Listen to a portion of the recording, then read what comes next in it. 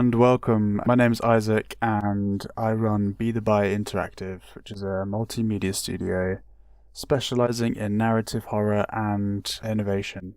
Sign up for narrative mentoring, that's one-to-one mentoring with me, link in the description, and you can find me on social media, Be the Byte Interactive. So, I wanted to talk about what the kind of most important thing is with fiction, with horror fiction, and also give you a quick kind of actionable thing to really make your ideas sing, whether that's games, movies, arts, events. I really cover all media and to help you through your narrative. Firstly, the most important thing when making horror fiction is to make sure that your idea excites you and feels exciting. So the idea is really important. It's really understated, I think, when it comes to creativity about giving your idea room. So you want to feel really buzzed about this idea, talking to people about it, just feeling like, oh my god, this is such an incredible idea. Just a general kind of good feeling about the idea. It's really tough to make a long project with ideas that you think people will like, or that just fit the mold, just so you can make some money. It's really about the emotion of joy and excitement that really sustains projects. Yeah. So as soon as your idea takes off, I mean, if you can't rave about your idea now, how do you think you'll be able to rave about it when you're marketing it, and you want thousands, if not millions, to buy into your stories? So I think to be excited about your story, the first thing really is to start with the side to you that kind of lets yourself be kind of vulnerable. So I would suggest starting where your idea stands and where you actually feel kind of vulnerable in that idea, whether you think there's like bad elements to it, or if you think people might not even like the idea. These are all kind of really strong indicators that you're beginning to care about the idea, and that's vital to making other people care about it. Find a way to express your fiction ideas in the easiest way possible. Some initial ideas are making a blog post with the initial idea, telling a family member about it, and sort of just maybe anonymously posting on social media about the kind of brief idea, because any feedback that you get, whether it's from friends, family, or some strangers, any feedback will give you kind of sense that you're either onto something, or something that you think would work actually isn't resonating or translating in the words that you speak, or even how you think it appears in the real world. And that's the key thing to remember, is that once it's out of your head, once the idea is out of your head, that's golden, because then it's real, and you can really bank on your momentum after the idea is out there. Next, we want to now kind of review some of your feedback, and don't worry about this point, because you might be worried that someone might even kind of take your idea and run with it, or that it kind of might lose its impact. Trust me, usually that first kind of run of telling someone your idea, you're never really taken too seriously, even if someone really loves it. It's just more about how you see it and what you're willing to do to make it happen. So now it's time to be brave, to get the idea reviewed before going full charge into writing a full manuscript or finishing your big idea. So the reviewing stage of the idea. So this is what people miss when they come to make scary stories, is that they think they've got a good idea, scary to them, and they just go full slog, making it no matter what, getting feedback maybe much later on, and by which point people are just going to be like, what? Like, this doesn't resonate with me at all, and that's really frustrating when you've put a lot of effort into it.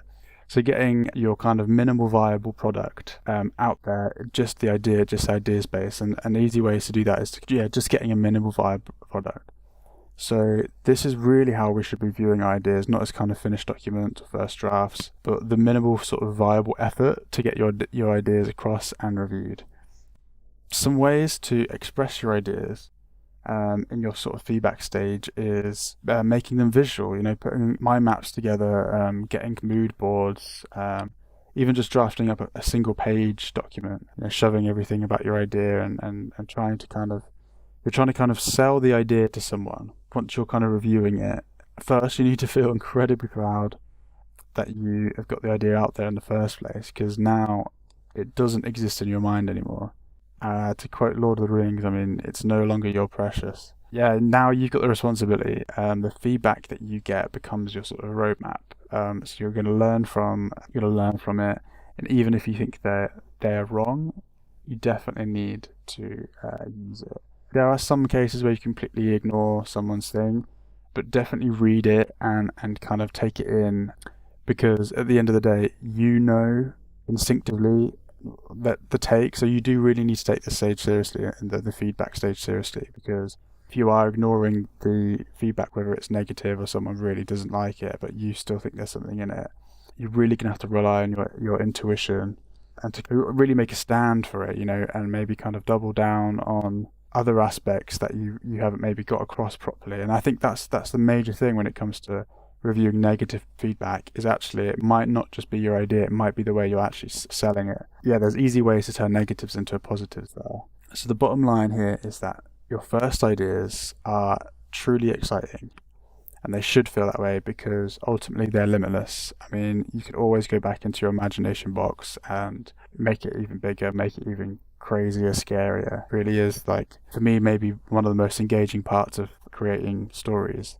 The thing we need to remember is that fiction is limited to its form, and that your mission as a maker is to make the intangible tangible. So once you know that your ideas are everything, you basically want to be on the train track, really, of repeating this kind of review process again and again and again, because what you're doing is you're kind of dipping into your imagination, selling it, getting it across to someone, making it 3D, before you put any extra work into it. And this is actually effortless. If you don't want to spend too much time on making any project, especially horror, repeating the review process as much as possible is actually a surefire way for you to be right on the money. And the further down the line you get, you might want to spend some money on getting kind of more specialized feedback. You can get beta readers, you can get focus groups. As the fire it gets ignited towards the end of the project, that's where you want to be spending the money, not kind of on the early stages, if I'm honest. Just remember that nothing exists in a vacuum.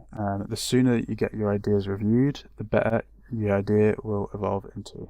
Now, before I go, I just wanted to add this final food for thought about kind of sticking with your projects to the end, because I know I talked about having that buzz throughout, and that can get tricky even when you're kind of reviewing it and all the factors come into play with your projects. I know how tough it can be when you're learning a new thing as well, or you've got various pressures. So when it comes to making fiction, making strong, scary stories, the best way to sort of see projects through to the end is actually to do things and make things from the heart.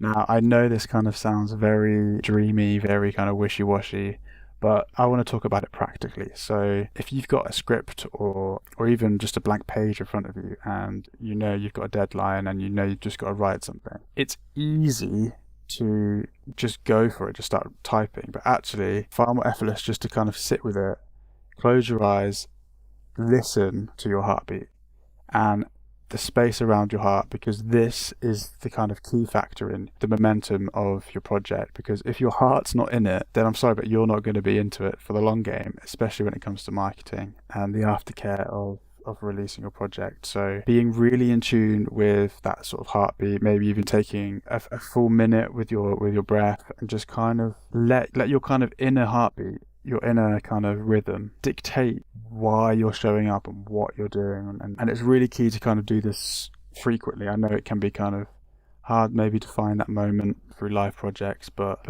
trust me, like, so many people fall out of love with their project. They tell me again and again, I've seen it across all platforms, that people start with these big ideas, they put all this money into it, and they just give up, even if they're close to the deadline, because they've reached burnout point. And that's a true sign that their heart wasn't in it. They haven't done the inner work, and they're making things for the wrong reasons. So yeah, you can easily be illuminated as well, instinctually, which is very important to creating horror. Tuning into your interests, and this probably happened to you. You'll start to cut the crap. Really, you'll be able to listen to your interests, figure out what you're really trying to say with the piece at hand. Remove what feels like garbage and what maybe it isn't you, because there's a lot of information out there to kind of make the best thing you can, and everyone's got their own ideas, but it's ultimately like you are just a human being, and you really have to be with project and be with it in this kind of, I suppose it's a spiritual take, but it really is a biological take, really, because you're the one who's going to see things through. So, and if your blood's not pumping, then you've only got yourself to blame. So definitely take a look within. And if you're beginning a new project, like a new book or a movie script, then this is definitely your chance to write that first kind of draft where your heart's totally on the sleeve. I'm trying to do this a bit more myself with my own projects. I've currently got an idea that isn't horror, and I'm beginning to instead of kind of wrestle with how it should be and how this idea should be, sort of taking that more mindful approach.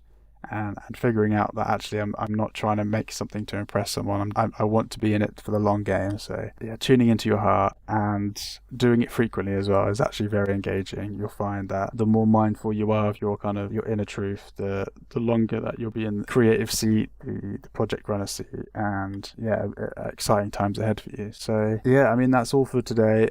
Stay tuned and be sure to follow this podcast. And give it a like. Take it easy.